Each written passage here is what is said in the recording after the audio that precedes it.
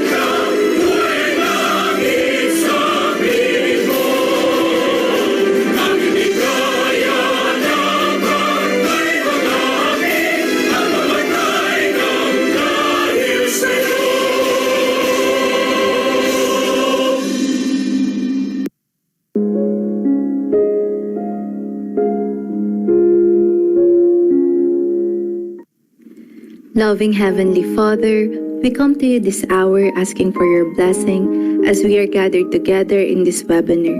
May your blessings of wisdom and guidance be upon us all for the sharing and impartation of knowledge and skills by our resource speakers, facilitators, and moderators. Bless also the participants so that they would be able to glean the information from this activity and share what we have learned in the spirit of your generosity. Lord, we bring you our prayers, our commitment, our gifts to you this day. Let us who have a keen dedication and awareness of your creation have courage and conviction that we are able to contribute to the sustainability of the earth. Inspire us as we make choices so that we will recognize the impact our lives have on our environment and our human family around the globe. Pour out your blessings upon us today, Lord. May each of our actions reveal our awareness that we are partners with you in the creation and sustainability of this earth that you have given to us to appreciate and enjoy. We ask this in the name of your Son. Amen.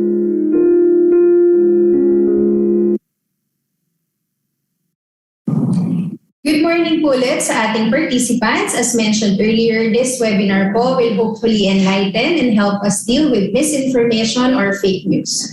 To formally start our session po for today, we would like to call the Assistant Director of the Consumer Policy and Advocacy Bureau, Attorney Cheryl Carbonell. Good morning po, AD Che.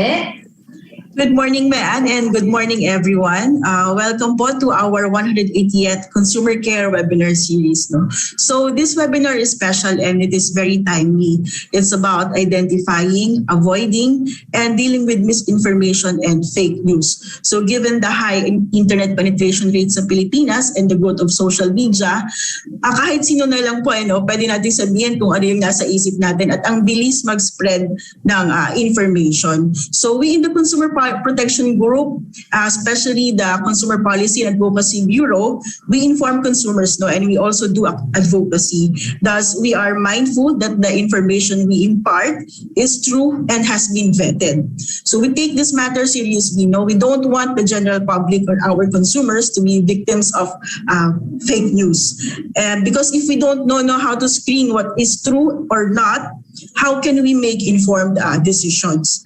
And so we are honored to have with us today Assistant Secretary J.V. Arsena from the Presidential Communications Operations Office and Ms. Julia Claire Medina, News Social Media Producer of GMA Network. So good morning, ASIC JV and Ms. Medina. Welcome to this webinar series po. Si Pab and the CPG family greatly appreciate that you have shared with us your time today. So together, PCOO and GMA will help us identify and avoid fake news, including misinformation and disinformation. Medyo nalilito pa ako, ano nga ba yung misinformation? Ano nga ba yung disinformation? So we have with us from the government side and also the mainstream media as our resource persons for today. So please stay tuned. Marami po tayong matututunan at kailangan natin itong malaman. Hindi para natin maipagyabang na alam natin yung fake at hindi, kundi para matulungan tayo kung paano tayo makakapag-desisyon na well-informed at in a way matulungan din natin yung ating mga kapamilya, mga kaibigan, katrabaho, kasama na ma-identify at maiwasan din ang fake news. So with that, good morning and welcome everyone. Back to you, Mayan. Thank you po, Attorney Che. On behalf of DTI CPG po, it is my honor to welcome po our first speaker from the Presidential Communications Operations Office or PCOO. In September 2019, he was appointed as Assistant Secretary for the Global Media and Public Affairs. Under his leadership, he created the Office of the Global Media Affairs to help the government in communicating priority policies to the foreign audiences and international media. He introduced innovations in communicating the government's policy messages and engaging the international and local media. He pioneered the first virtual presser in the country in 2018. He also launched the reporting tour, bringing the local and international media to areas of interest in the Philippines. These innovations he initiated brought multiple recognitions for PCOO, winning local and international awards like the Stevie Awards, Philippine Quill Awards, Asian Television Awards, Catholic Mass Media Awards, and the UP Gandingan Awards. Prior to joining the Philippine government, he was a former senior media specialist for the U.S. State Department's Asia-Pacific Regional Media Hub and a former reporter for TV5 covering different beats. Let us all welcome PCOO Global Media and Public Affairs Assistant Secretary, Jason Vincent L. Arsena. ASIC Arsena, the virtual floor is now yours. Thank you, Mian. To the Department of Trade and Industry Consumer Protection Group, led by ASEC Anne-Claire Cabuchan, the Consumer Policy and Advocacy Bureau, also to DTI CPAB Assistant Director Che Carbonell, and of course our moderator, Ms. Mian De Leon, all DTI officials from different regions, and to all our viewers today, magandang umaga po sa inyong lahat. Communicating with the public is a vital concern and undertaking of any government and its agencies, being the public servants who advocate for the citizens' interest. The ultimate goal of a democratic governance like ours is to translate all responsibilities, obligations, promises, and pledges as we have been given the trust and have sworn to the public to undertake this in order to realize progress, development, and public service that will benefit all of our people for the better. And all of this start with proper, efficient, and effective communications. However, sabi nga ni Assistant Director Che Carbonell kanina, yung pagbabago ng teknolohiya, pagbabago ng media landscapes driven by the information revolution and lately the COVID-19 pandemic have posed serious challenges to the Filipino public and the consumers. Before I proceed to the other details, I would like to give you an overview about the media landscape or digital media landscape in the Philippines. According to the 2021 Digital News Report by Reuters, Filipinos spend nearly 11 hours per day online. Mas mahaba pa po yan sa working hour natin. Wherein 72% consider social media as their source of news.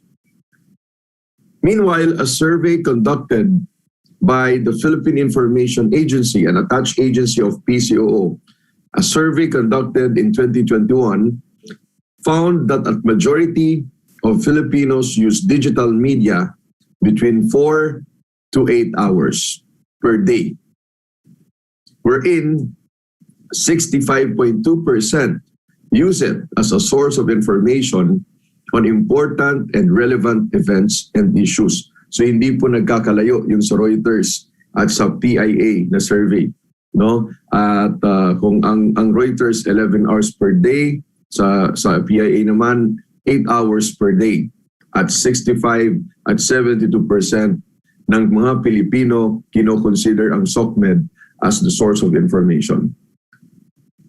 It can be further noted from the September 2021 nationwide survey of POS Asia Research Incorporated on news sources and use of the internet, social media, and instant messaging applications.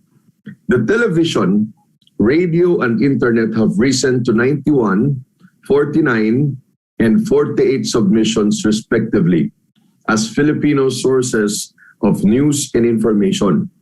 However, yung nakita niyo po sa screen, it is striking that newspaper had gone down to below 3% as compared to family and relatives, 37%, and friends and acquaintances to 25%. So this is a reflection, no, of the resurgence of our marites or chismis culture that has been passed on and adopted within social media, which could potentially affect people's knowledge and perception of important national issues. So itong survey na ito ng POS Asia is very telling, no? Kasi if you're going to check individually, next to television, the second most trusted o yung talagang tinitingnan na source ng information at ginagamit na source of information ng ating mga kabayan, number 2 ay ang Facebook. Kasi ang number 1 ay 82% na national television. Then the number 2, Facebook at 44%. At susunod, yung family and relatives na 37%. The number 2 and number 3, ang question dyan, sino naman yung source o ano naman yung source ng information nila? Diba? Madalas naglilipana ng fake news sa SOCMED. Madalas na naglilipana ang fake news o chismis dito sa Facebook na siya rin namang source ng family at ng relatives madalas. So when you are surrounded by people who are vulnerable to this information, you are likely to accept it because you trust these people who share them. In the same survey of Pulse Asia, take note yung pag na number 2 ng SOCMED sa television as main source of information. Nakakabahala yun. Dahil sabi ko nga, dito naglipana ang mga fake news at disinformation. Lalo na sa mga kababayan natin na walang access sa data, walang access sa internet. Sila yung madalas na vulnerable sa fake news kasi naano sila agad sa clickbait. Naano agad sila, they can open the story or yung mga fake story, wala nakikita na photo, kaya sinishare nila. Okay, given that the Philippines has one of the highest numbers of social media users across Southeast Asia, next slide, and in the world, having a social media penetration rate of 67%. As of January 2020, according to a report by Statista, it is without a doubt that fake news and false information is very likely to thrive or proliferate within our communities. In a Facebook and Bain & Company study on digital consumers in Southeast Asia in 2021, next slide, 80% of respondents consider social media as the primary channel when being aware of the products available for sale. At the next stage of the buying cycle, when consumers consider and studies the product, social media is still highly influential. Once they see the ads, consumers look for honest reviews from people or influencers who have used them to see whether the product is worth it. Then when consumers actually buy the products, they are still on social media. 50% or 56% of the respondents say they transact on online platforms, which is higher from 46% in 2020. These circumstances also have direct impacts to our consumers who depend on Philippine news on social media, especially those who see fake news shared by none other than their relatives and close friends, further worsening the situation. They have not only been misinformed and disinformed, they're also being victimized by various modus operandi and scams, not only in marketplaces. Diba? So, lately, especially during the pandemic, no, talagang na-maximize natin yung digital applications, lahat ng mga modern technology na gamit natin at mas nagamit natin yung virtual na paraan ng hindi lang pagbili, kundi hindi lang pag-monitor ng news, kundi pati rin sa ating consumption. Talagang na-maximize natin yan during the pandemic. No? So dito, sa pag-evolve din ng ating information, ng ating technology at because of the information revolution, mas lumalala rin yung problema natin sa disinformation. And later, I will discuss the differences between the three, the misinformation, disinformation, and yung malinformation na tinatawag. And how can we avoid fake news?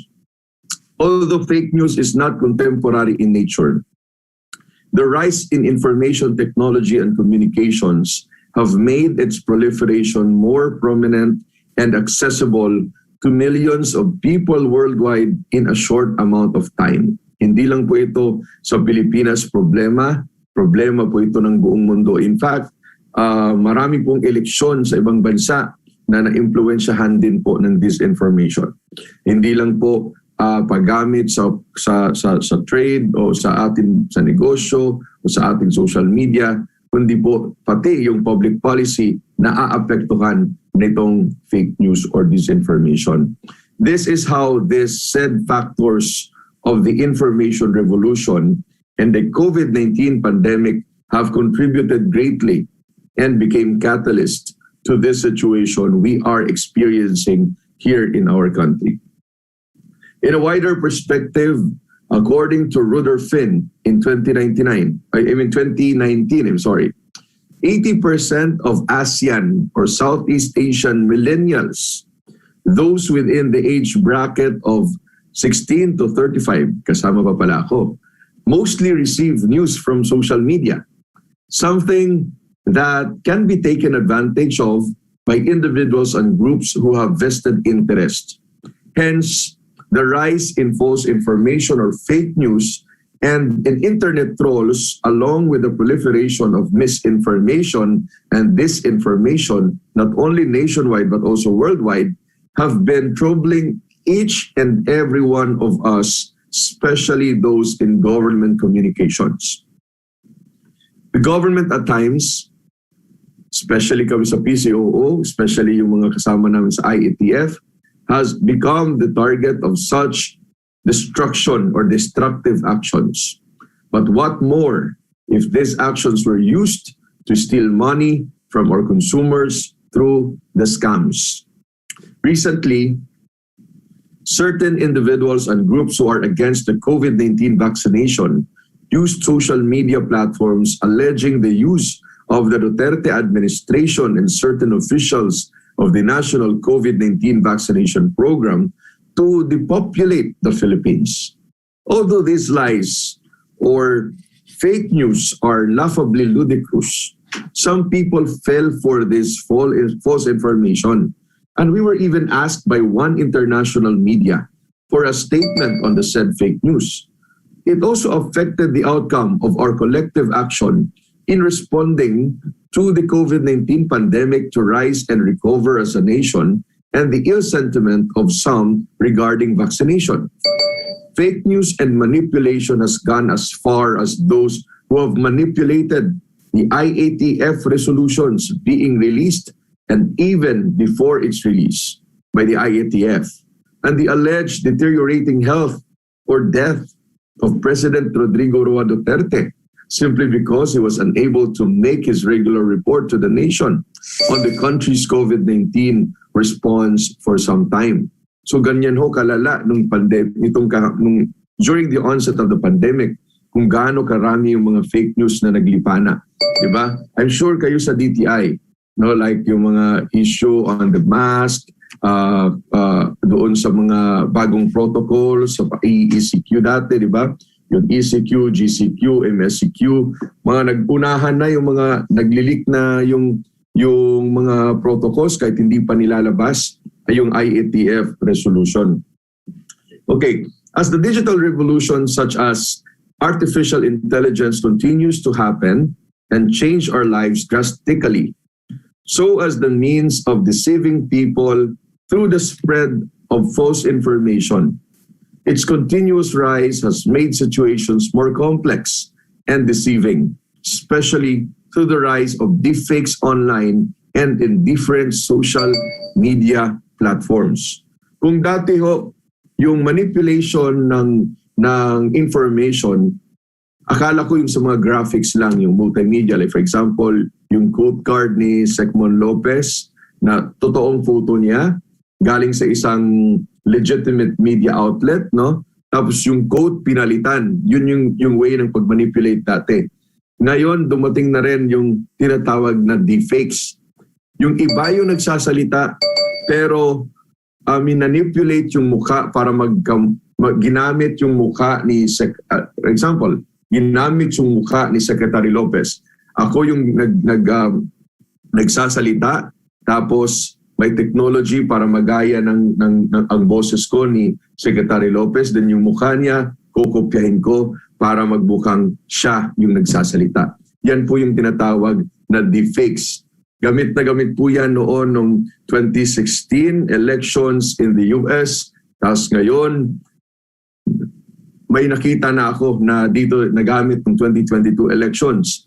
So, ang mas malala pa dito, yung akala natin na katuwaan lamang sa filter ng different social media apps like Snapchat, TikTok, or IG, may mga filter kasi doon, di ba? Nagagaya yung mukha.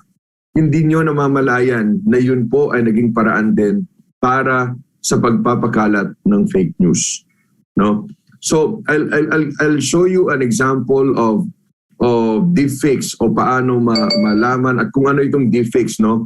Kasi itong deepfakes po, through machine learning and artificial intelligence, it is now possible to make a person appear and sound like someone else.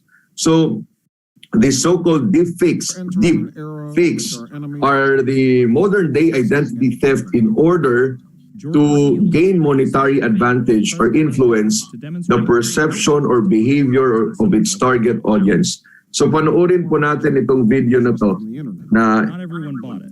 But the technology behind such frauds is rapidly improving, even as worries increase about their potential for harm. This is your Bloomberg Quick Take on deepfakes. Deepfakes, or realistic-looking fake videos and audio, gained popularity as a means of into porn scenes. Despite bans on major websites, they remain easy to make and find. They're named for the deep learning artificial intelligence algorithms that make them possible. Input real audio or video of a specific person, the more the better, and the software tries to recognize patterns in speech and movement. Introduce a new element like someone else's face or voice, and a deepfake is born. It's actually extremely easy to make one of these things. There were just some breakthroughs from academic researchers who work with this particular kind of machine learning in the past few weeks, which would drastically reduce the amount of video you need actually to create one of these. Programs like FakeApp, the most popular and widely available for making deep fakes, need dozens of hours of human assistance to create a video that looks like this rather than this. In August, researchers at Carnegie Mellon revealed software that accurately rendered not just facial features, but changing weather patterns and flowers in bloom. This advance is not yet available to the public. But with increasing capability comes increasing concern. This is kind of fake news on steroids, potentially. We do not know of a case yet where someone has tried to use this to perpetrate a kind of fraud or an information warfare campaign, or for that matter, to really damage someone's reputation. But it's the danger that everyone is really afraid of. In a world where fakes are easy to create, authenticity also becomes easier to deny. People caught doing genuinely objectionable things could claim evidence against them is bogus. Fake videos can also be difficult to detect, though researchers around the world and at the U.S. Department of Defense have said they're working on ways to counter them. Deep fakes do, however, have some positive uses. Take Cereproc, a firm that creates digital voices for people who lose theirs from disease. Speech synthesis is the artificial production of human speech. There are also applications that could be considered either good or bad, like the many, many deepfakes that exist solely to turn as many movies as possible into Nicolas Cage movies. Oh, hi, Mark. Okay? So, yun po yung Bloomberg video or short video about the deepfakes, no? So nakita nyo naman, ang sinabi niya, no, kung gaano kalaki yung effect ng deepfake, no? It harms public safety, maaring maging dangerous to harm the credibility of one person, no? So in the market, itong deepfake po ay pwedeng pagmukaing legitimate yung seller. Matataasin ang presyo ng produkto, pero yun pala ay tatakbo yung pera nyo o mabubudol kayo. So another challenge is also the rise of bots. So these are AI-equipped codes that mimic human sources or users that were often used to flood social media networks with spam and fake news, propaganda made to seem like legitimate news articles, and inflate the number of likes, shares, and retweets to create an artificial sense of popularity, momentum, or relevance, o yung tinatawag natin na engagements, no? So may mga produkto sa online na maraming reviews. Nagsasabi na maganda raw, pero pagka-deliver sa bahay, ay kung akala mo napakalaki yung product, yun pala maliit. Iba na pala yung pinadala. pwedeng fake o kaya ibang produkto ang binigay sa inyo. So nagagamit po yung bots kasi like yung ginagawa, for example, nagpapaviral ng isang video, ng isang product, ginagamit yung bots para mag-viral, tumaas yung engagements, yun pala, isang tao lang yung gumagawa. May mga tinatawag na troll farm. Aside from acknowledging these challenges, we must also deeply understand motivations of this information, how to combat it, and equip ourselves with proper tools. Let us first get into the rudimentary. Next slide, please. Ito po yung basic. Let's identify or differentiate ano ba itong disinformation, ano ba itong misinformation, ano ba itong malinformation. Misinformation is the unintentional or hindi po intentional na mistake of spreading false information. Although the spread of fake news is being done. An example of instances of misinformation is when we unconsciously share social media posts online that have not been verified to be true. While there's no harmful intent, it is still irresponsible, similar to the saying, ignorance of the law excuses no one. Ignorance of facts also excuses no one. You have to be prudent in sharing what you see. You have to be able to categorize which are facts and which are not. I will share later the 5 C's that you can employ to combat fake news. It is one of the most common mistakes most of us do online as we don't have much individual capacity to ensure the content's authenticity, especially those disenfranchised who aspire to work abroad and share illegal recruitment schemes on Facebook. Limited access to Wi-Fi or data also hinder these individuals to identify this information.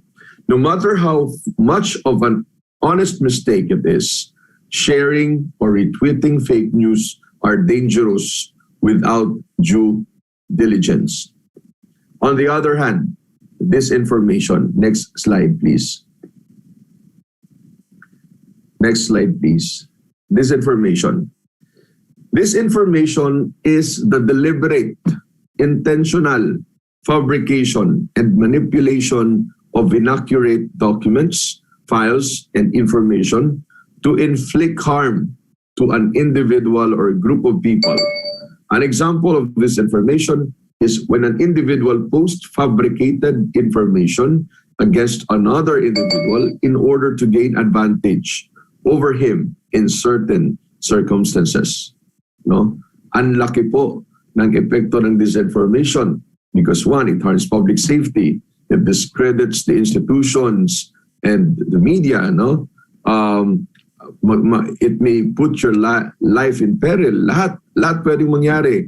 Baka magkaroon ng health issue, magkaroon ng confusion, mawala ng tiwala sa gobyerno, mawala ng credibility ang atin pong mga institution. So ganun po kalaki yung mga epekto ng disinformation. Meanwhile, malinformation naman is another deliberate act to harm individuals or groups. Halos kapatid lang po sila ng disinformation. Pero it is through the publication of private information or of personal or corporate in nature on social media platforms, such as of confidential images and documents that they intend to cause damage to these entities. Like for example po dyan, yung mga leaks, yung mga nilileak ng deliberate para siraan ng isang kumpanya o isang tao, yung nag-leak ng COVID-19 result, kahit yeah, it's true, it's real, pero if it's not, it's a violation to your privacy or to the Data Privacy Act, therefore it's malinformation. No? An example of malinformation is when an individual discloses online confidential information of one's psychological and mental state that could be prejudicial to the owner's capacity to be employed or accommodated, such as in companies, schools, recreational facilities, and social groups. Before countering them, we first have to understand their motivations of cultivating a distorted reality. Certain individuals have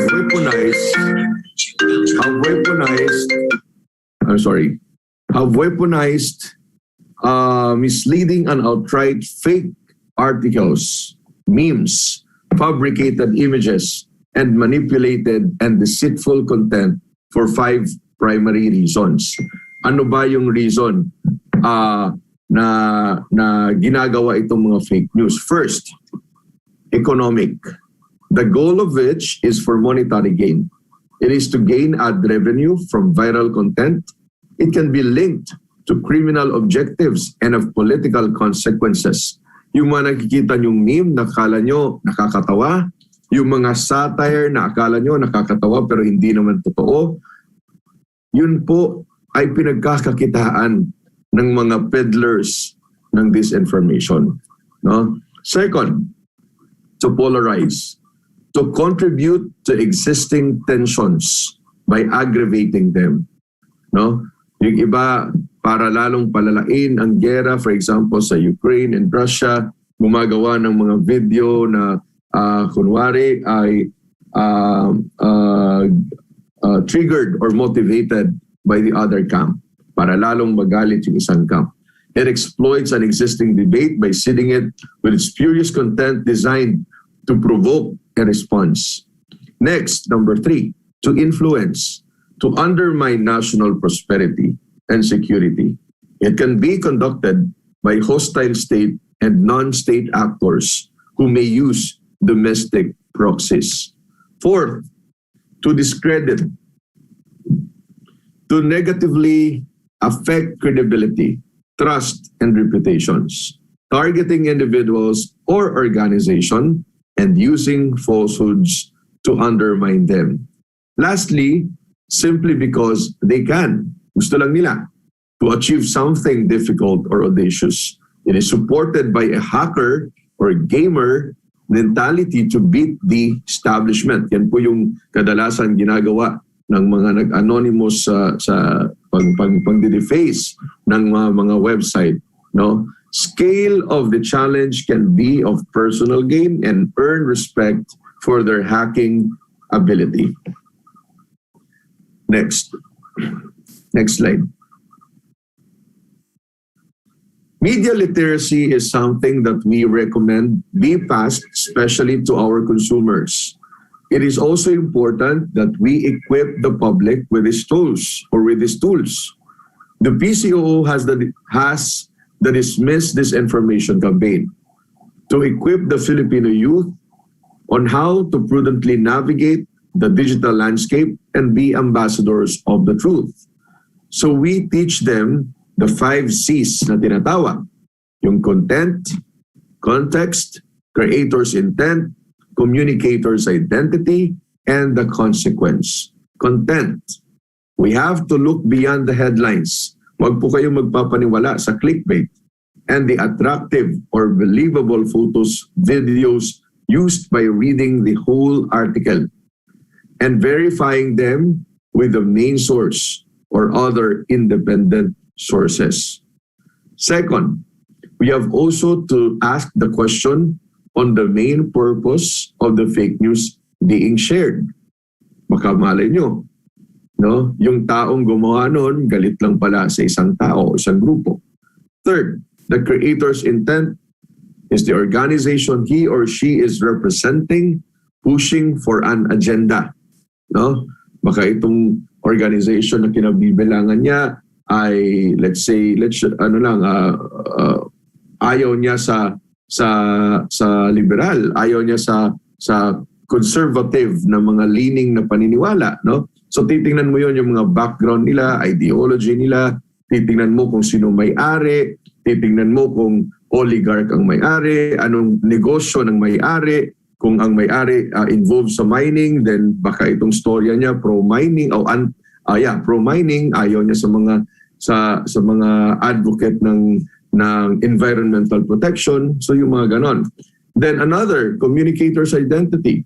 Do a background check on the article or video's creator. Are they credible? What are their interests? Did other media outfits have the same narrative? And lastly, the consequence. We have to ask, what is the impact of sharing this piece of information? Does it help other country or our country? Does it clarify or enlighten a situation? Hindi po kasi lahat ng storya pwede nating ikwento, lalo na if it involves our national interest or involves our national security. Now, let me discuss another more comprehensive framework for institutions on how they can counter misinformation and disinformation. This is based on the United Kingdom Government Communications Services or Academy's first or RESIST toolkit. Ito yung tinatawag na RESIST. R, recognize disinformation. It provides an overview of the information environment as it is today. It highlights the messages that are spread and whether they are false, misleading, or manipulated. The ways in which messages fit within and construct narratives, the brand identities of those spreading the messages and narratives, some indications of the intent of the accounts that spread the messages and narratives, a sense of the possible or likely impact of the techniques, messages, and narratives. It is useful to understand the impact on audiences, including threatening public safety, fracturing communities, and undermining trust in public institutions and the media. Ito po yung mga example ng how to identify or the disinformation sa leaking, no? Dissemination and lawfully obtained information, no? The mga stolen emails are leaked to compromise individual actors or to undermine public confidence. To malign rhetoric din, ito yung linguistic ruses aimed at undermining reasonable and legitimate debate and silencing opinions. Manipulation, misappropriation, satire and parody, sinabi ko kanina, trolling, yun po yung ilan po mga example. Next is E, yung early warning na tinatawag. Early warning digital monitoring should be focused on your key priorities, influencers, and audiences. There are a number of government units that provide analysis and insight products that may be relevant to you. There are also many free and paid tools that can be used to support analysis. Example po dyan, kung ito alam to ng mga digital team ninyo, itong Hootsuite na tinatawag, yung Meltwater, BuzzSumo, Google Trends, and the like. You should use combinations of these tools to create a monitoring toolkit that suits your needs. The purpose of digital monitoring tools in relation to this information is ultimately to help you to reduce vulnerabilities, plan for risk, and protect your priorities. So this kind of focused planning can help give you an early warning if this information appears within your priority policy areas or among key influencers and audiences. The knowledge that you develop in these steps should be operationalized in the next step, which is the creation of insight. S, or the situational insight. The goal of this information insight product is to share the early warning signals you have gleaned from digital media monitoring with the people who need a situational briefing. As with all monitoring, it can be used in long-term planning. For example, in an annual report or as part of a campaign evaluation, for an ad hoc issue or produced on a weekly or even daily basis. They should be short, clear, and to the point. It includes, anong kasama dyan? Relevant outputs from your department on priority issues, for example, a ministerial announcement. Second, it includes examples of this information relating to these outputs, including where and how it is circulating. Third, key interactions and engagements. For example, Example is the disinformation being dealt with organically. Is it being picked up by journalists and influencers? If so, which ones? Fourth, it includes the trends and changes in attitudes and influencers and audiences over time. This can be combined with any polling data you have. Lastly, your commentary and recommendations for our response. So dito nakalagay sa situational insight kung ano ang dapat yung gagawin. Impact analysis, number 4. Impact analysis is the assessment of risk and impact in communication work is often the result of experience and qualified gut feeling. However, if this information is to be tackled in a coherent and consistent way across the government, we need to use common tools and make similar assessments. This section gives you suggestions for approaches that can standardize the assessment or risk and impact, leading to a priorities-based approach to developing a response. And number 5, yung strategic communication. Anong gagawin? Strategic communications outlines the key skills communicators should utilize when developing and implementing communication strategies. It explains how communicators can make their content more engaging and impactful, including by identifying the best channels to reach target audiences and using friendly voices to increase the credibility and reach of communication activity. It outlines the different ways communication activity can be undertaken: proactive, reactive, or active, and details how communicators can assess and implement these different types of approaches in diverse scenarios. Lastly, track outcomes, yung letter T. Tracking effectiveness outlines the importance of measuring the extent to which strategic communication activities have been effective. It sets out the importance of distinguishing between outputs and outcomes and offers examples of metrics that can be used to determine the effectiveness of communications against predefined objectives. Dapat may maayos kayo ng monitoring. You can track kung pinipick up yung mga ginagawa ng strategy ninyo, ng mga messaging ninyo, para malaman ninyo kung effective ang inyong messaging at inyong ginawa na strategy. No? Then you have to re-strategize after tracking the outcomes. In a nutshell, next slide please. In a nutshell, I'd like to give you some practical approaches in government communications or in coming up with a communications campaign. At its most basic is our ABCDE strategy. First, knowing your audience is who is the target of your campaign or message. Kilalanin ano bang gusto nyo, sino bang target nyo na malaman o makaalam ng inyong information campaign. Second, formulating your desired behavior. Ano bang gusto nyo mangyari? Simply put, this is your objective or the reason why you are doing your campaign or why you are communicating. Third, the goal or objective will dictate the messaging and the content that you will be doing. Consequently, your content will affect the medium or mode of delivery you utilize for your communications. So third is the content, message. Then fourth, the delivery. Paano ba? Ano bang strategy ang gagawin mo? Then last is engagement. This can refer to you or to both your audience, to people or organizations you can collaborate with. Engaging your audience means keeping them interested and updated with content relevant to them. Your engagement can also mean working with thought leaders or influencers who will lend their expertise and credibility to your cause.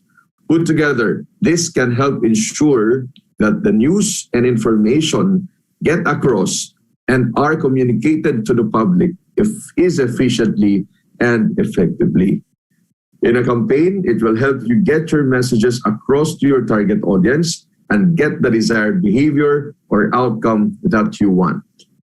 Indeed, media literacy is important to equip our consumers, entrepreneurs, businesses, and other stakeholders with the tools to navigate inaccurate narratives. But the secret to counter disinformation is to strengthen the digital engagement or your media engagement and your public engagement. We have to engage para real-time ang pagsagot at pag-counter sa disinformation.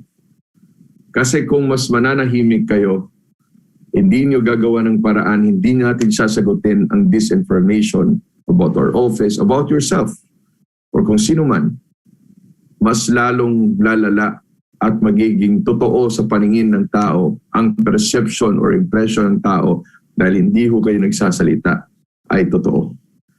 Like for example, yung mga diplomats natin, they have to push for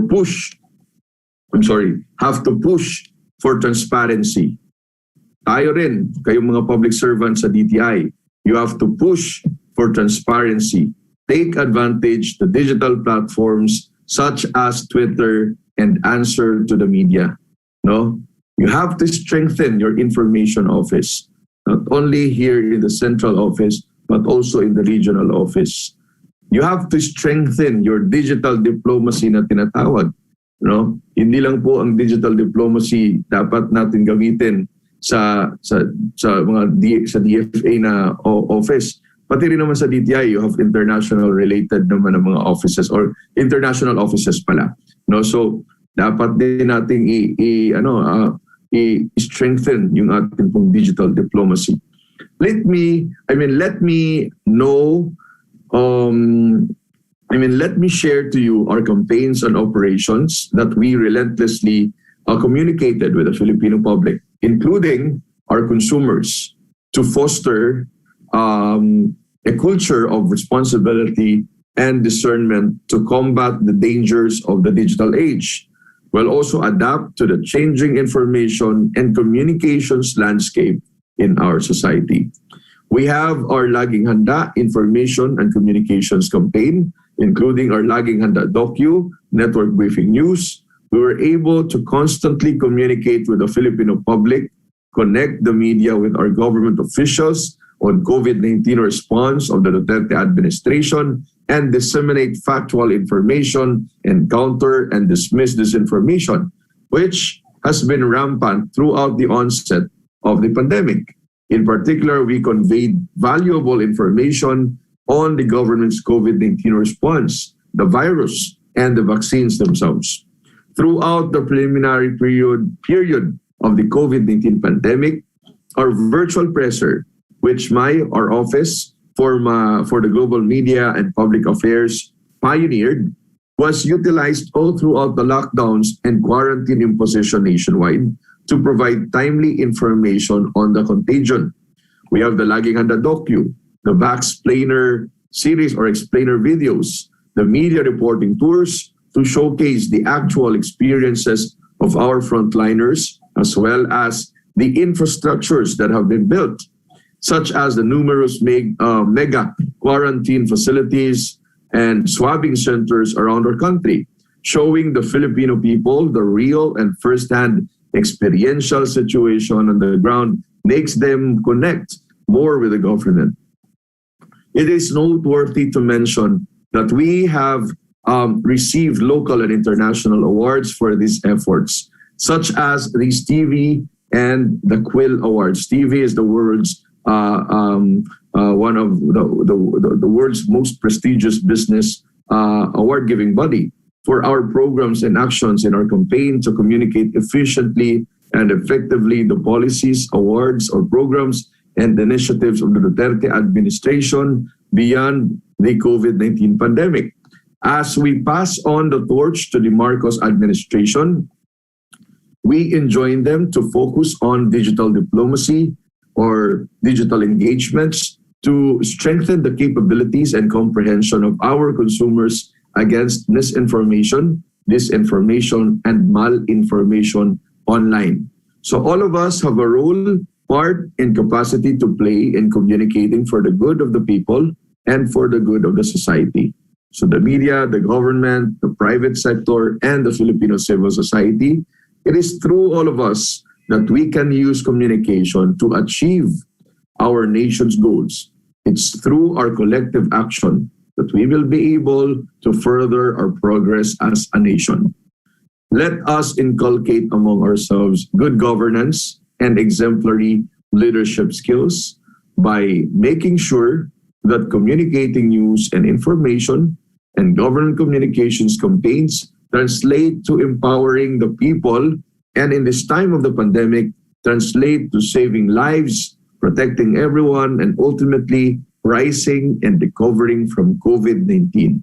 With this, may all of us be partners and unite for effective and purposeful communications through adaptation and innovation for the benefit of all of the Filipinos. Again, the best inoculation against disinformation is an educated, informed, and well-empowered society. Good afternoon or good morning, everyone. May all of us be a source of positive changes for our nation. Thank you. Thank you very much po, ASEC, for that very insightful presentation. Thank you po for equipping us on the management of misinformation, disinformation, and malinformation. Unfortunately, ASEC po will not be able to join us in the Q&A portion. May we kindly request na lang po, ASEC, to give a short message or last few words po to our participants at kung saan po pwedeng sumangguni ang ating participants para sa kanilang concerns. ASEC? Thank you, Marian. Again, thank you po sa lahat ng mga participants natin mula sa DTI at sa iba't iba pong opisina. And thank you for listening. I hope na marami po kayong, may mga natutunan po kayo sa akin pong presentation. Napakalala, napakalaki na ng problema natin sa disinformation. Dati, akala natin katuwaan lang, pero nag-evolve po yan. Nag-evolve po yung effect ng disinformation mula sa satire, meme, at nagiging isa pong source po ng napakalalang epekto sa atin pong lipunan. So hindi po yan natin masusolve kung hindi ho tayong magtutulungan. Parang COVID lang po yan. Parang virus po yan na hindi lang po isang tao o isang grupo ang apektado, kundi tayo po bilang isang nagkakaisang lipunan, global community. No, it's a global problem, not just a Filipino societal problem. Buong mundo po ay apektado ng fake news at ng disinformation. Huwag po sana tayong maging tool, huwag po sana tayong maging kasangkapan ng mga peddlers ng disinformation para lalo pa itong lumala at makaapekto sa atin pong kasaysayan at sa ating pananaw sa isang impormasyon o sa mga bagay-bagay. Huwag po sana nating hayaan na ang atin pong kawalan ng kaalaman sa pagsusuri o pag-verify ng mga information ay maging susi para lalo pang kumalat at maging katotohanan na ituring ang isang disinformation. So sana tayo po ay magtulong-tulong, as I mentioned earlier, the best inoculation against misinformation, fake news, disinformation, and malinformation is an educated, informed, and well-empowered society. Nagkakaisang lipunan. Muli, maraming salamat po sa inyo, sa lahat ng mga kababayan, lahat po ng mga public servants na nandito mula sa DTI.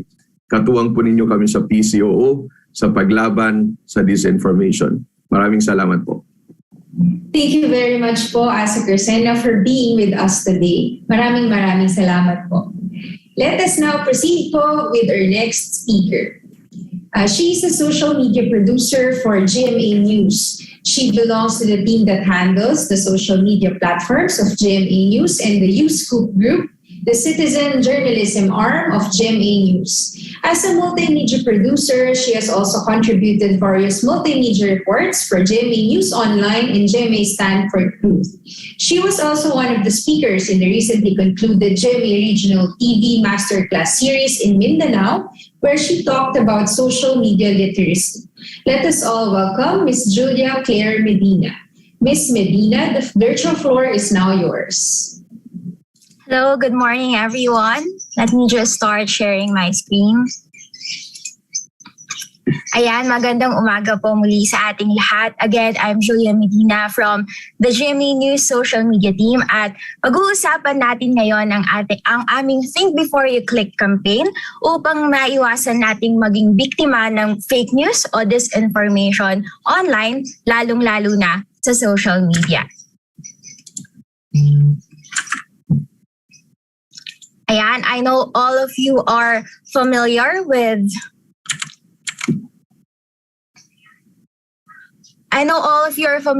these icons, Facebook, Twitter, TikTok, and YouTube. These platforms have become part of our daily lives, diba? The first thing we do when we wake up in the morning is to scroll through our Facebook or Twitter feed. O kaya naman minsan napupuyat tayo sa kakanood ng mga TikTok or YouTube videos. Sanay na tayo sa paggamit ng social media apps. Gamay na natin yung paggamit nito. Pero alam ba natin na the more na mas ginagamit natin, the more na mas naglalaan tayo ng oras sa paggamit ng social media, at the more na mas maraming tao ang gumagamit ng social media, mas tumataas din ang risk na maging biktima tayo ng fake news. Gaya nga sa survey ng SWS nitong December 2021, napag-alaman na majority o 69% ng mga Pilipino ay naniniwalang isang serious issue na ang fake news sa ating bansa. Ibig sabihin, majority sa ating Pinoy ay aware na mayroong laganap na fake news at isa itong malaking problemang kinakaharap ng ating lipunan. Bakit nga ba nangyayari ito? Bilang mga Pilipino, mahilig tayong sumabay sa uso sa mga trending na information at dito minsan nakikisabay yung mga scammer, nakikisabay yung mga nais manloko ng publiko. Dito nila sinasabay yung mga peke at maling impormasyon. At dahil tayo nakikita natin na uso siya, trending ang isang bagay, nakakalimutan na nating mag-fact check, mag-verify at maging critical sa nababasa natin.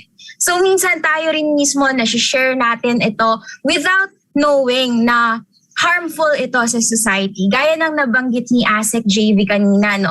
May ibang misinformation bagamat hindi natin sinasadya na manloko or manlinlang ng tao. Pero once na share natin yung isang information na hindi tayo sure kung totoo ba ito, hindi tayo sure kung verified information ba ito, nagiging parte tayo sa pagkalat ng misinformation. Natutulungan natin yung mga grupo o yung mga tao na nagpapakalat ng disinformation naman.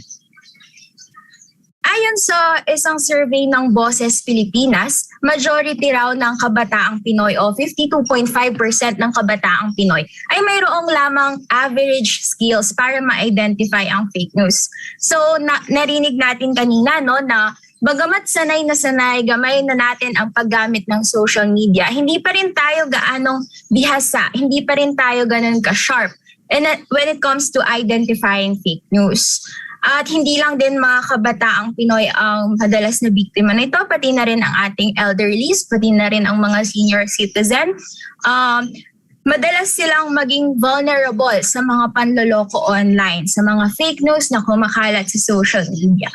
Kung naalala natin, early this year lang, maraming napabalita na nabiktima ng love scam. Ito yung mga akala nila'y nakakakilala na sila ng the one or forever nila online. Pero it turns out, mga manloloko palang tao ang mga nakikilala nila, mga scammer lang pala at hinuhut-hutan lamang ang biktima ng pera.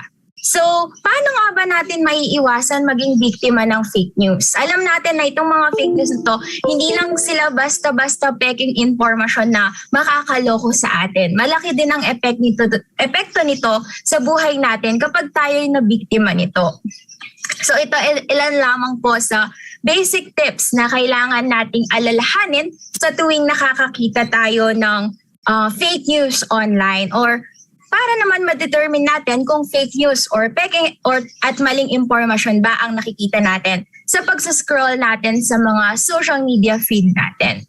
Nakikita niyo itong screenshot na to, mukha siyang isang report sa 24 Oras Weekend at ang nakalagay, mga bikers pwede nang mag-long ride basta wag lang silang lalayo. It doesn't make sense, right? Halata siyang meme, halata siyang joke. Tawanan na lang natin to, wag na natin i-share. Tignan nyo lagi yung content ng mismong graphics na nakikita ninyo sa inyong social media feed. Nakalagay, pwedeng mag-long ride pero wag lalayo. Hindi siya tunog balita, tunog joke lang siya, di ba? Kaya yung mga ganitong bagay, kapag nakita po natin sa ating social media feed, wag na po nating i-share dahil di natin alam, baka may ilan na nagmamadali, hindi masyadong nakapagbasa at maniwala sila sa mga ganitong klaseng balita at hindi nila ma-realize na jokes or memes lang yung mga ganito. Pero kung minsan may mga bagay na hindi tayo sigurado kung meme or joke ba ito, pwede nating tignan yung consistency ng graphic or ng video at yung quality mismo ng graphics. Kung avid viewer po kayo ng 24 Oras, alam natin na hindi ganito yung font na ginagamit sa lower thirds or sa headline. At halata din po na pinatong lamang yung picture dito sa screen sa likod ni Miss Pia Arcangel. Ayan, kung makikita nyo, ito yung original screenshot mula sa 24 Oras Weekend at tungkol sa Unified Curfew ang balita noong April 12 and 30, 2021. Inedit lang po nila. Kung makikita natin, magkaiba yung font, hindi po ba? Dito sa mga bikers at dun sa totoong balita na hindi edited. Another example po ay ito noong kumalat ang fake news na patay na raw po si Mr. John Regala. Hindi po totoo ito, pero maraming fake pages ang nagpakalat ng ganitong balita. At gaya ng sinabi ko kanina, tignan po natin ang consistency ng graphic or ng video. Tignan po natin ang quality nito. Dito po sa example na ito, halatang halata po na pinagtagpi-tagpi lamang yung picture po ni Mr. John Regala, ni Miss Mel Chanco, pinagtagpi lamang at ginamit lamang ang logo ng 24 Oras, pati po yung font na gamit sa headlines ay hindi po ganito. Tapos po, tignan din natin kung sino ba, kanino ba nanggaling yung information, sino ba ang nag-post nito. Makikita po natin dito sa example, nakalagay GMA News. So may ilan po sa atin, mabilis tayong maniwala na galing sa GMA News, isang trusted news organization, yung nag-post. Pero marami po ngayon na usong-uso pong ginagawa ng ilang pages, lalong-lalo na po sa Facebook, ang magpeke ng identity. So nilalagay lamang po nila ang pangalan ng GMA News pero hindi po sila under sa amin. Para malaman po natin kung talagang GMA News page ito, malalaman po natin kung verified ito sa Facebook at Twitter ay kung may blue check sa tabi ng pangalan. At ito po, wala siyang blue check, kaya hindi po yan yung verified page. Ibig sabihin, fake page lang po siya na nagpapakalat ng maling impormasyon. Ayan po. Makikita din natin, ito marami nang nag-share ng balitang iyon kahit hindi siya verified. Marami yung napaniwala dahil nga po ginamit yung pangalan ng GMA News. Pero kung susiriin po natin itong screenshot na ito, makikita po natin na yung link na pinagmulan ng balita ay manila.gmplustv.com at tandaan po natin na ang tanging website lamang po ng GMA News ay www.gmanews.tv. Doon lamang po nanggagaling ang verified information mula sa GMA News Online. At ginamit din po nila ang pangalan ng 24 Oras, ang flagship news ng GMA News. Tapos kung makikita din po natin, may mga kakaibang numero at letters na nakaangkop dun sa headline. Kunwari po may M6 na hindi natin alam kung ano po ang ibig sabihin. At may ilan ding capitalization na mali-mali po. Katulad nito, nakakapital yung pumanaw. nakakapital din yung ibang letters na hindi naman dapat. Pag nakita po natin yung mga ganitong klase ng inconsistency, red flag na po yan. Huwag na po natin agad paniwalaan at kung curious po tayo kung ano ang totoo dito sa balitang to, ay gumawa pa tayo ng further research. Pero kung may ganitong red flags na po, iwasan na po natin ang pag-share sa social media. Sa aming pagsa-search po, maraming lumitaw na ganitong klaseng fake news. Kung titignan niyo po, ang daming shares, ang daming nabiktima. Ito po, umabot pa sa 26,000 yung nag-share.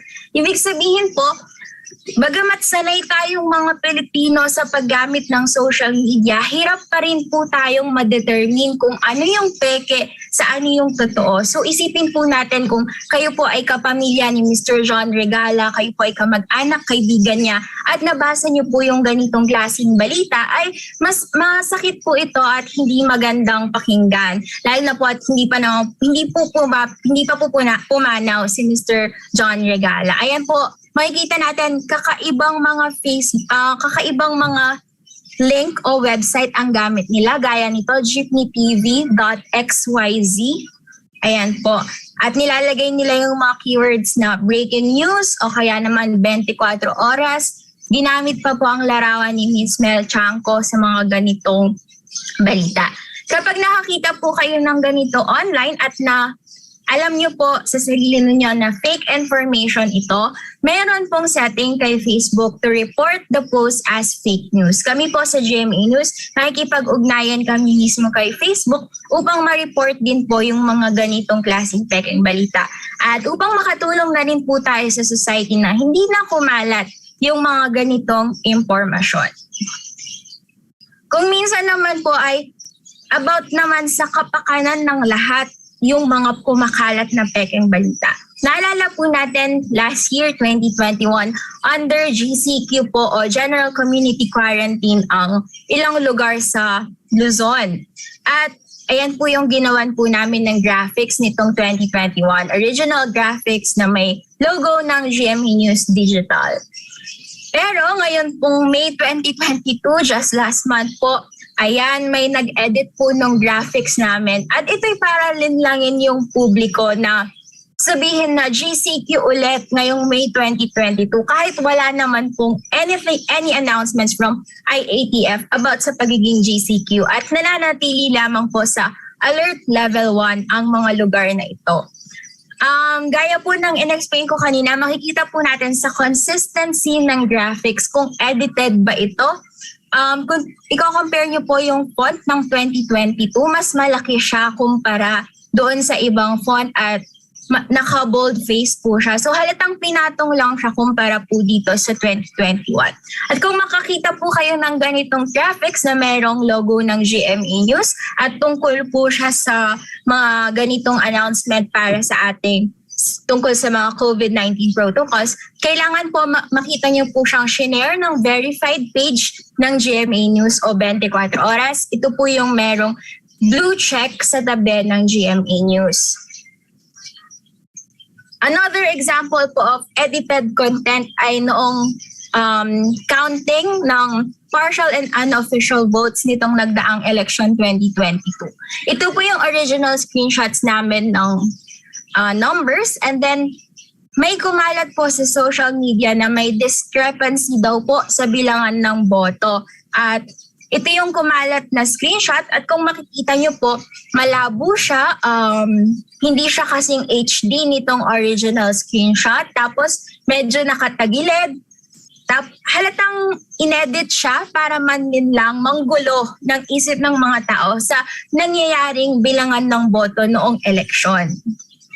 Ayan, kailangan po talaga nating maging mapanurit sa mga ganyang instances. At dahil alam po natin na isang malaki at importanteng bagay ang eleksyon at ang bilangan ng boto sa Pilipinas, kami po sa GMA News ay nag-release ng statement about it. Ito po yung statement namin upang mapigilan na yung mas dumadaming shares, yung mas dumadaming tao na naniniwala po dito sa altered graphics na screenshot po ng bilangan ng boto noong eleksyon.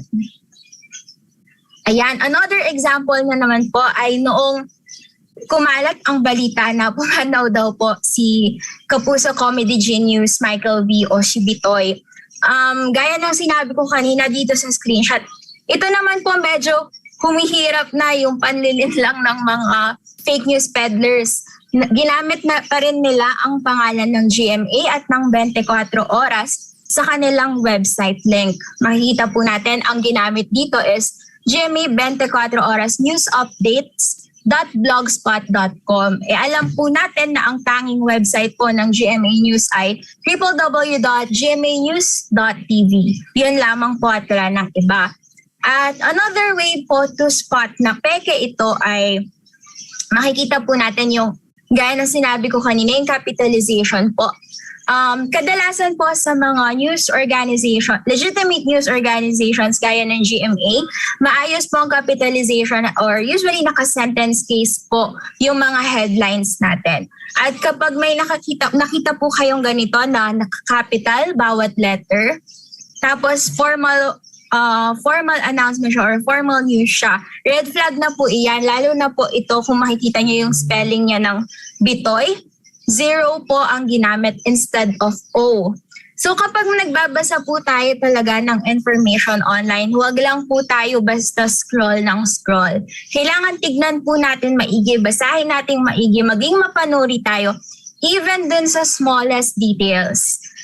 Dun po natin makikita yung red flags na, posibleng hindi ito totoo, tignan ko nga sa ibang sources. Magandang gawain po yung ganon na mag-verify po tayo ng mga information kesa yung isi-share po natin agad sa kaibigan or kakilala natin na pumanaw na pala si Michael V. ganyan, without even verifying yung information. Kailangan po kapag may nabasa tayo sa social media, tingnan muna natin po kung totoo ang information na ito. Ayan, minsan naman po nagagamit sa mga advertisements yung pag-edit ng mga graphics ng GMA News. Ang masama lang po dito ay nakalagay yung logo ng GMA News without any permission. Kaya yung ibang tao po ay naniniwala na galing ito sa amin. Ito po ang sample. Kung naalala niyo po noong nanalo sa Tokyo Olympics, si Nesty Petesio at naghatid siya ng karangalan sa ating bansa. Marami ang nag-pledge na bibigyan po siya ng 5 milyon, bibigyan ng condo unit, ng house and lot, at ng free flights ng Philippine Airlines. Tapos may kumalat po na ganitong graphics na pinalitan po nila yung free flights dito po sa original graphics namin. Pinalitan po nila ng 6 pieces buffalo wings. At dahil nandyan po yung logo ng GMA News, marami po ang naniwala na sinali namin ito sa graphics. Kaya kailangan po talaga tignan natin yung source. Kung nakita niyo po ito sa Facebook feed ninyo, tignan niyo po, puntahan niyo po yung page ng GMA News to verify kung talaga po bang pinost po namin ito sa inyo. Kung kumalat man po sa group chats ninyo ng mga kaibigan, mga kamag-anak, tignan niyo po sa mismong verified pages para alam po natin kung saan nanggagaling yung source ng information na pinaniniwalaan natin bago po natin ito i-share online. Minsan naman po, yung mga kumakalat na information online ay hindi naman mali. Totoo naman nangyari, pero nawawala yung context. At dahil nawawala yung context, marami pa rin ang naloloko, marami pa rin ang nako-confuse. Ito pong magandang example ay noong January 2022. Muling kumalat, nag-resurface po ang video ni President Duterte kung saan sinabi niya na tama na raw po ang 2 doses ng COVID-19 vaccine, huwag itong pasobrahan dahil delikado. Totoo po na sinabi ito ni President Duterte. Pero tignan po natin yung context. Kailan at saan niya po ito sinabi? Sinabi niya po ito noong panahon na September 2021, noong panahon na hindi pa po aprobado sa DOH at FDA ang COVID-19 vaccines, noong panahon na yung nire-recommend pa lang po sa ating lahat na masusing na pag-aralan ng mga eksperto ay yung 2 doses. Pero ngayon po, lalo na ngayong 2022 na aprobado na ng World Health Organization, aprobado na ng ating FDA ang pag-administer ng booster shots for COVID-19 ay inaanyayahan na ang lahat na magpabakuna. Pero may ilan na niresurface po, shinare po nila ulit yung video ni President Duterte noong September 2021. Kaya akala po ng iba, sinabi niya yon ngayon lang, ngayong 2022. Kaya marami po yung na-confuse kung magpapa-booster shot ba sila or hindi. Kaya po tayo please, bago po natin paniwalaan yung mga videos na napapanood natin, yung information na nakikita natin online, tignan po natin yung context. Okay, tama po na totoong sinabi ito ni President Duterte. Pero tingnan po natin, balikan po natin kung kailan niya talaga ito sinabi at bakit niya po ito sinabi. Another example po ito, recently lang po itong nag-viral na video. I'm not sure kung napanood niyo po sa inyong mga Facebook or TikTok feed.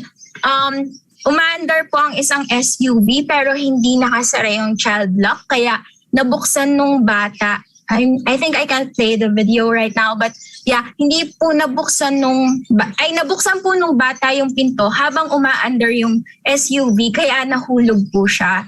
And dito sa video na nag-viral sa Pilipinas, pinatungan po nila ng TikTok sound yung video kaya hindi po marinig yung original audio tapos naka-crop po.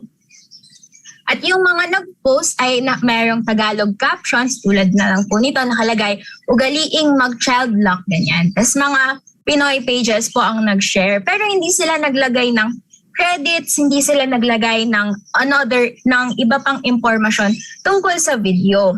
Kung makikita nyo po dito sa screenshot, isang video pa lang po ito pero umabot na po sa mahigit 1,000 yung comments. Pero hindi lang po yan yung post, marami pa pong nag-post niyan. At yung mga comments ay gusto po nilang tumulong. Gusto po nilang magpahatid ng tulong dito sa bata. Pero hindi nila alam kung saan. Dahil ang totoo pong nangyari ay hindi ito sa Pilipinas nangyari. Sa Mexico po ito nangyari ngayong 2022 din at safe po yung bata na nakita doon sa video. Pero kung mapapanood po natin itong original video mula sa Daily Mail, maririnig po natin yung original audio na nagsasalita ng Spanish yung mga tao. Para doon pa lang, alam mo na hindi siya sa Pilipinas nangyari at hindi naka-crop yung video. So makikita yung lugar at halata siyang hindi sa Pilipinas. At kung ginamit lamang itong original video at hindi tinapalan ng maling sound at nilagyan ng maayos na caption, maayos na detalye, hindi sana malirin lang yung mga nag-comment po dito sa edited video. Dito sa naka-crop tapos pinatungan ng maling audio. So isipin po natin, what if may mga nang-scam or nang-loko dito sa mga nag-comments na gustong tumulong at nagpanggap na sila yon? Di po ba naging tulay pa tayo upang maloko yung kapwa natin Pilipino? Dahil share po natin itong information na to without even verifying po kung ano talaga at saan po talaga nangyari. So tandaan po natin, lahat ng nakikita natin sa social media, hindi po lahat yon totoo. Or kung minsan, bagamat yung iba man ay totoo, kailangan pa rin po nating malaman yung context. Kailangan pa rin po natin intindihan kung bakit mayroong ganoong pangyayari.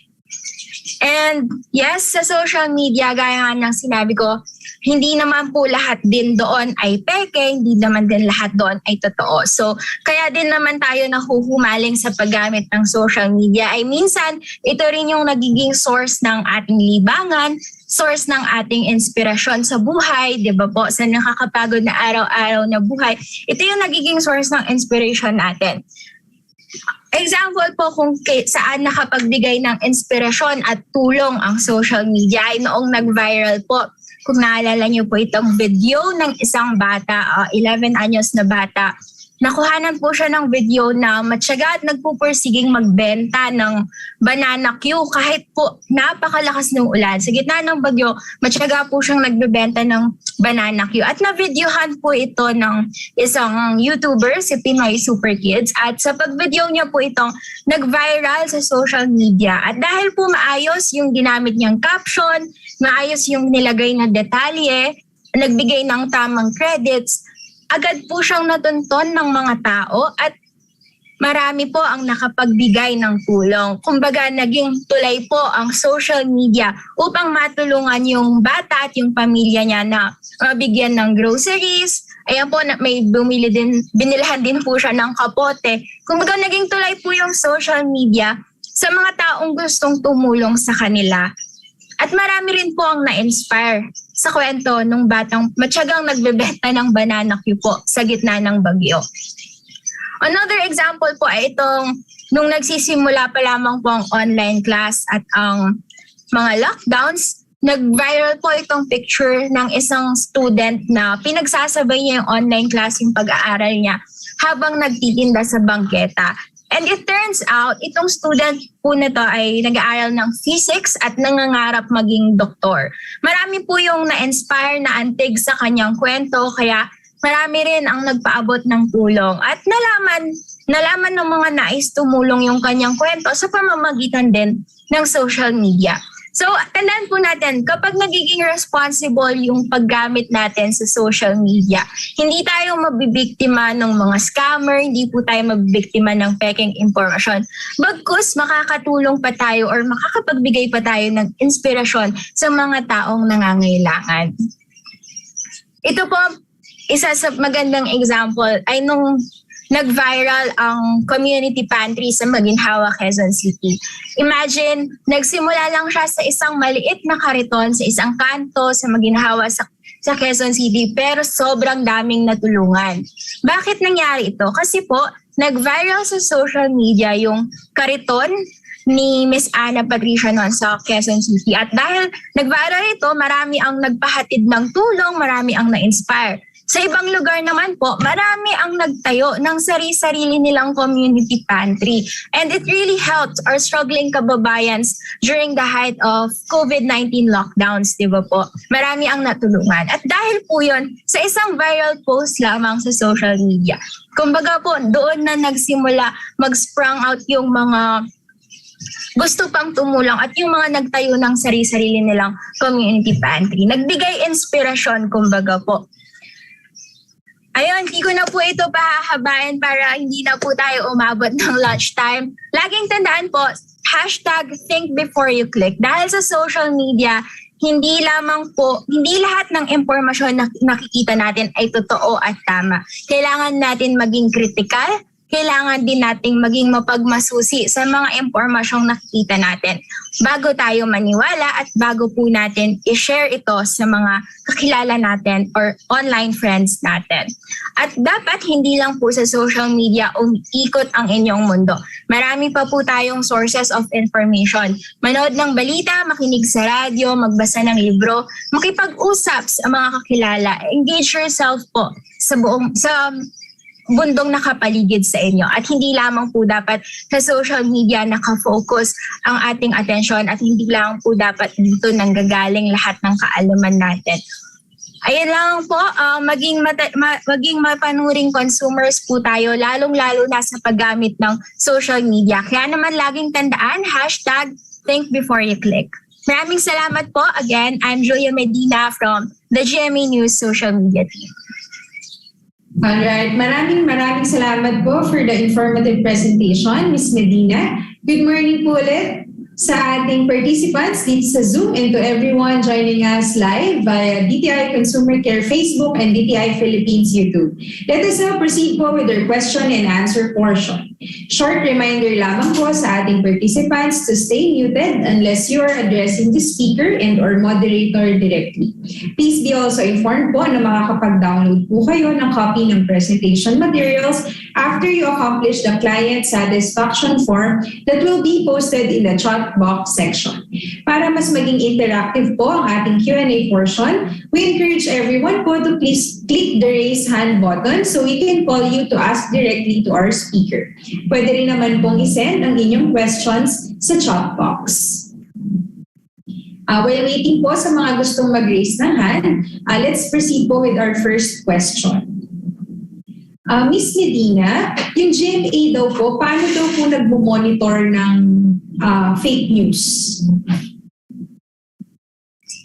Tinitignan po namin yung veracity ng fake news, kung gaano na po ito kalala. I mean, gaano na po karami ang nag-share, gaano na po ka-viral yung ganitong fake news, at kung sobrang may naaapektuhan na po ba about it. Gaya na lamang po, at nung examples ko kanina, yung mga GCQ o kaya naman po yung mga fake news tungkol sa pumanaw na po si Michael V, mga ganun po. Kapag apektado na po yung mga tao at marami na po ang naniniwala dito, we consult with other teams po within GMA News, and then we release a statement about it po, a clarification about the fake news, and then doon po namin sinishare ito sa mga verified pages ng GMA News at sa aming website po, gmanews.tv. Doon po namin nilalabas yung mga statement upang i-clarify at pigilan yung paglaganap ng fake news na nakakaapekto na po sa ating publiko at iba naman po sa ilang personalidad. Thank you po, ma'am. Next question po natin, ang TikTok po ba, reliable source daw po ba ito for updated and timely news?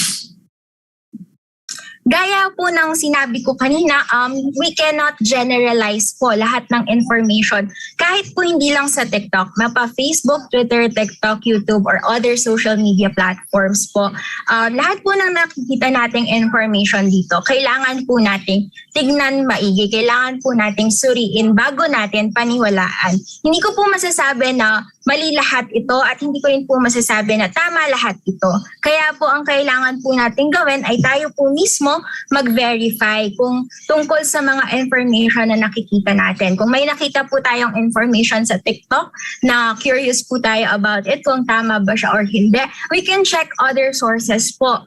Sundan natin yung steps na nabanggit kanina. Tignan kung edited videos ba ito, sino ba ang nag-post na ito, anong pakay nung nag-post nito, and i-cross-check natin sa mga verified pages ng mga reputable news orgs or other sources of information kung tama or ganito rin ba yung sinasabi nila. At doon po natin malalaman kung reliable ba yung information na nakita natin sa TikTok, Facebook, Twitter, or YouTube. Ma'am, thank you po. Next question naman po, ano daw pong advice yung pwedeng maibigay para sa mga consumers or participants natin na naniniwala agad sa kung ano yung nakikita nila online? Lagi lang po nating tandaan yung ating hashtag think before you click. So bago po natin paniwalaan, bago po natin i-share, ugaliin po natin maging critical.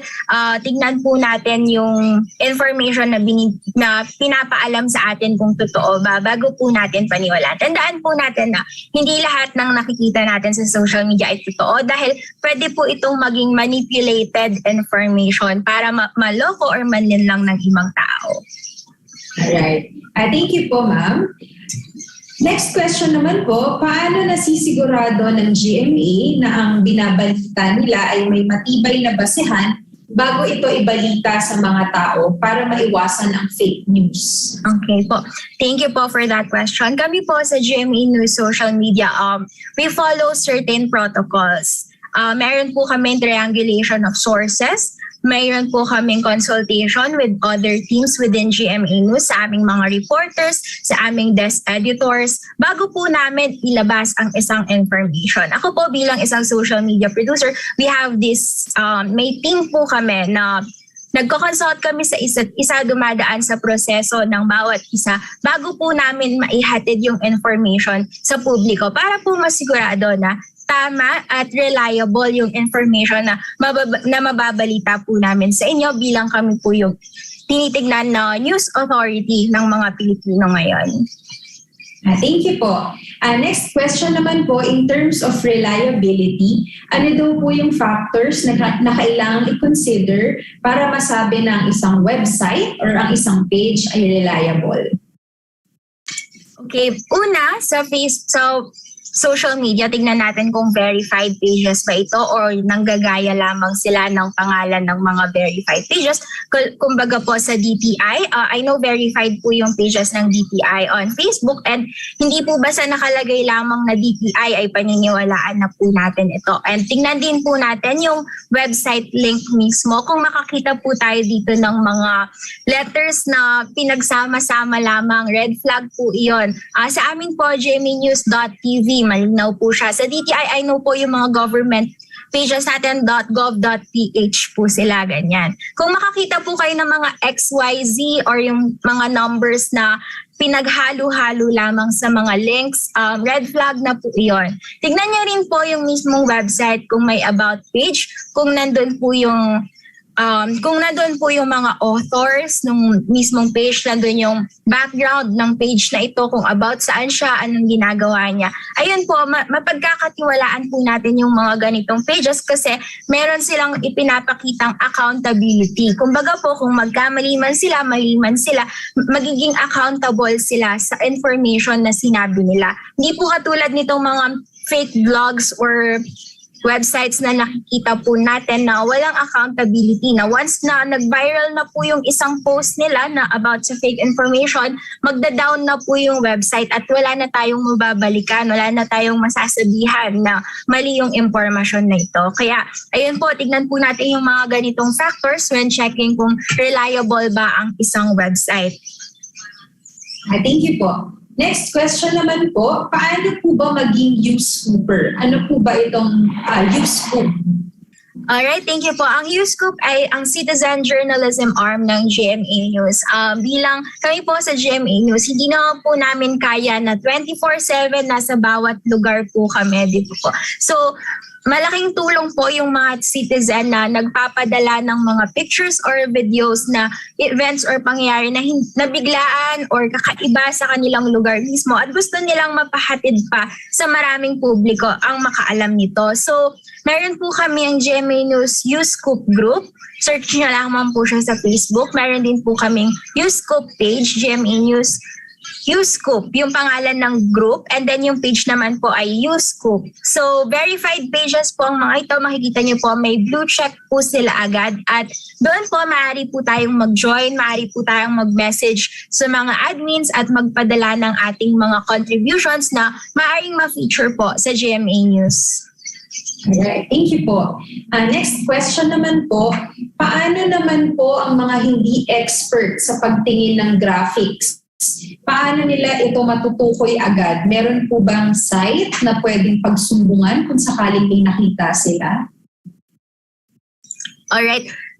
Sa Facebook po mismo, pwede po natin siyang, may option po doon to report the post as fake news or to report it as spam. Doon po natin ma-report kumbaga doon po natin masusumbong kung mayroong fake news na makita sa Facebook. Kung hindi naman po tayo sanay sa graphics at hindi tayo masyadong adept sa nakikita natin sa mga edited videos or photos, pwede natin tignan po yung source ng information, kung sino po ang nag-post nito, saan galing yung information. Tapos, pwede rin po nating i-cross-check. Madali lang pong mag-google ng information. Tignan po natin sa mga reliable sources kung may ganito bang information base dun sa nabasa natin. Kung tama sila, okay, tama. Pero kung mali po, dun po natin i-report kay Facebook, report as fake news. Isang example po nito ay yung nabanggit ko po kanina, yung GCQ. Kung hindi po tayo sanay at hindi natin napansin yung edited yung year na 2022, pwede po natin tignan yung mga news organizations gaya ng GMA News kung may ganito bang announcement. O kaya pwede po tayo sa ating government agencies, tignan po natin ang IATF, ang PCOO kung may ganitong announcement po. Kung wala po, malamang ay fake po yung nakita natin and we can report it as fake news kay Facebook po mismo. Alright. Thank you po, ma'am. Time check po, it's already 11:41. Last call na po sa mga gusto pang magtanong. Baka po may participants pa po tayo na may questions. Otherwise, we will close the session na po. Meron pa po bang mga katanungan? Alright. Maraming salamat po sa mga nagtanong. Again, Asek Arsena and Ms. Medina, thank you po for answering the questions. We hope na marami pong natutunan ng ating consumers, especially on dealing with misinformation, disinformation, and malinformation. Before we close this session po, may we ask Ms. Medina kung saan po pwedeng sumangguni or kung saan po pwedeng magtanong ang ating consumers Kung sakaling meron pa po silang other concerns, magre-request na rin po sana kami for a short message sa ating participants. Alright, maraming salamat po sa oras na binigay niyo po sa akin upang maibahagi ang aming #ThinkBeforeYouClick campaign sa ating mga consumers. Maraming salamat po sa ating mga organizers from DTI at sa lahat po ng dumalo ngayon. Tandaan po natin na ang social media ay isa siyang helpful tool para sa ating lahat. Kailangan lang nating tandaan na maging responsable tayo sa paggamit nito. Kailangan tayo po yung gumagamit sa social media at hindi tayo yung nagpapagamit sa social media. Tandaan po natin na yung mga bagay na nakikita natin dito, kailangan pa po niya ng further verification. Kailangan pa po nating magsaliksik, mag-research, maging critical sa mga bagay na nakikita natin bago po natin paniwalaan at bago natin ibahagi sa mga kakilala natin online. At para po sa inyong daily news updates, mag-subscribe at mag-follow lamang po sa GMA News official Facebook page, Twitter, YouTube, at TikTok channel po namin. Meron din po kami sa www.gmanews.tv para sa official website ng GMA News Online. Alright, thank you very much po, Ms. Julia Medina and to ASEC JV Arsena. This is to formally close our webinar po for today. Muli, maraming salamat po sa Presidential Communications Operations Office, lalong-lalo na kay Assistant Secretary Josan Vincent L. Arsena, and to GMA Network, lalong-lalo na kay Ms. Julia Claire Medina. At wala po sa Consumer Protection Group, maraming salamat po sa ating participants na nakasama natin ngayong umaga.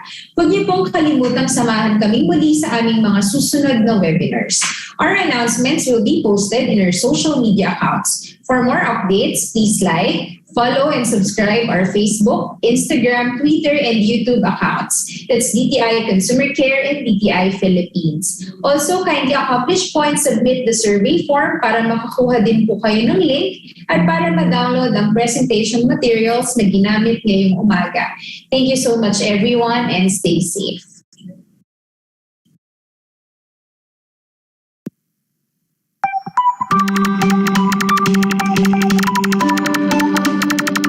Para sa ating mamamayang Pilipino, para iwas daya dapat wais at alisto. Mainam maging mapagmatsyag at mapanuri tayo. Palakasin ang boses ng ating mga consumer. Dapat tama bawat presyo at serbisyo. Produktong pasado, lalo ang mga pangunahing bilihin. Ang kalidad ng mga produkto at serbisyo ay pangalagaan ng lahat. Tayo ay panalo. Layunin ng DTI ito. Ipatupad price at 7581, Consumer Act 7394, Product Standards 4109, for Consumer Care at iba pa, kayang 1384. Ipalaganap karapatan at tungkulin. Kaalamang tama sa consumer ibahagi. Tulay sa kaunlaran, kalakalan ay palakasin.